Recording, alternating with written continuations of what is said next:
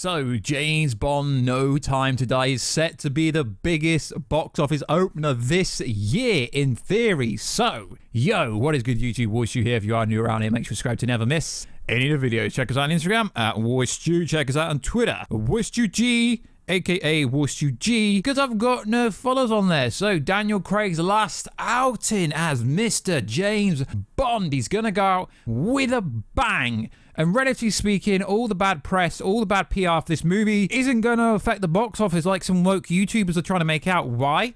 Because 99% of the population don't care and don't pay any attention to any little YouTube videos. Seriously, I speak to people in real life about this movie and they've got no idea about the controversy, about what Daniel Craig said, about what the director said, about what Letitia said. They don't have any idea what anyone said about the movie. And quite frankly, the general populace do not care. So people going, yeah, James Bond is going to suck. It's going to do really bad because of virtual signaling. General population doesn't even know what virtual signaling is. They don't even know what woke is because they don't spend their time on Twitter all day looking for stories. So generally speaking, if you're not crazily into the pop culture world, this movie's going to do pretty good. So it is tracking to be the biggest James Bond No Time to Die long-range box office predictions announced. So box office proclaims the film could have the biggest and largest opening weekend of 2021, which, let's be honest guys, that's not actually impressive at all, which could come in between $56 and $85 million.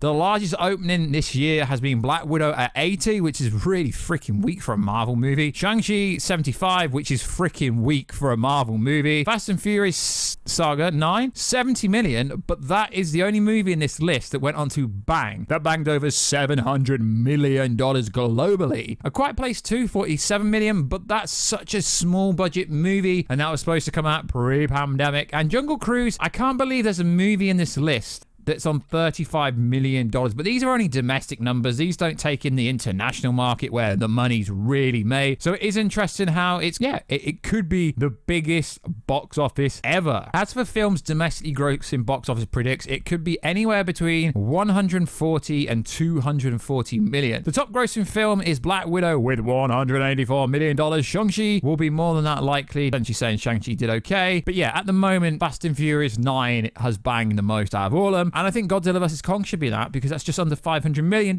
And that literally had no marketing. Now, what is interesting is on this website is it shows like a YouTube, like an engagement kind of thing on various websites. But what is interesting is the Venom Let There Be Carnage traffic is destroying the No Time to Die. But I don't think people need to be searching for James Bond is so iconic. So Google Trends essentially shows that Venom Let There Be Carnage has so much more interest online, but that does not mean it correlates to buys. Has any James Bond movie flopped? Realistically, no. Now, what is interesting is there's a lot of people been talking about all the James Bond controversy, but as I said, people in the real world don't really care about this stuff. Daniel Craig recently says James Bond shouldn't be a woman after Letitia's controversial comments, and yeah, man, I agree with what Daniel Craig himself is saying. But relatively speaking, if the story is the story is on its own merit of the story. And all this wokeness needs to stop. All this wokeness. I find the people that talk about wokeness on YouTube tend to be the actual woke ones, which is interesting. It really is. And something that is even worse is the No Time to Die director came out and said something ludicrous. So it will be very interesting to see how James Bond No Time to Die opens, because as you know, Amazon bought MGM.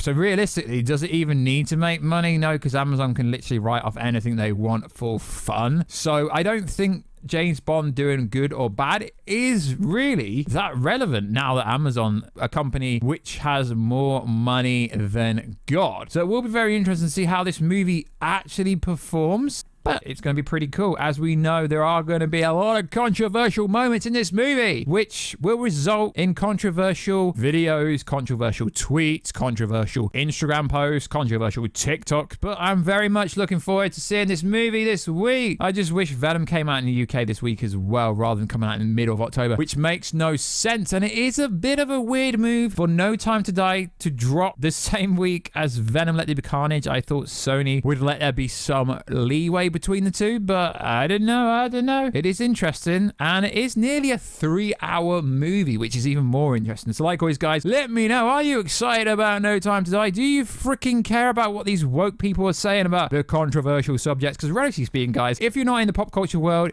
you don't freaking care about these woke comments and what Daniel Craig said and what the director says and all that kind of stuff. It's not going to have a correlation or a relevance to if you go and watch it, because James Bond is freaking James Bond, regardless what these people have been saying online. So like always, guys, let me know your thoughts about this kind of video. If this does half decent, I might do some more like prediction-based, box office-based, how well will James Bond do kind of based videos for other movies. Obviously, for me, I think this movie's going to absolutely bang at the box office because it's just like Fast and Furious 9. It's a movie that everyone wants to see how Daniel Craig's James Bond goes out. Is he going to die? Is he going to get replaced in the movie? Have they already signed Henry Cavill up? Have they already signed up Idris Elba to be next James Bond? Have they already signed up Tom Hiddleston? You never know. This movie could actually end with a post-credit scene of the new James Bond being revealed at the end of the movie. Yeah, I just said that for title. But I don't know. It really could, guys. So like always, guys, check us out on Instagram at Warstu. That would be much appreciated. I'm trying to grow my social media on there. Also, check us out on Twitter, WarstuG. Everything on there is my own opinion. I don't hold back. There's no filter. But the reason I haven't got the @Warstu handle on there is because I literally changed it for a minute or so and someone stole my freaking handle and I can't get it back. But like always, guys, criticism, feedback, either shoot me messages on Instagram,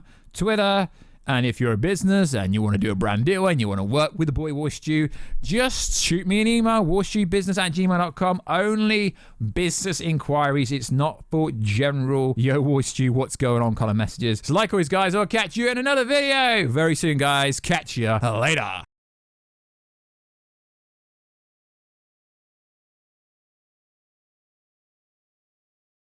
And a lot of people here worked on 5 pictures with me, and I know there's a lot of things said about what I think about these films and all of those whatever, but I've loved every single second of these movies, and especially this one, because I've got up every morning and I've had the chance to work with you guys, and that has been one of the greatest honors of my life. So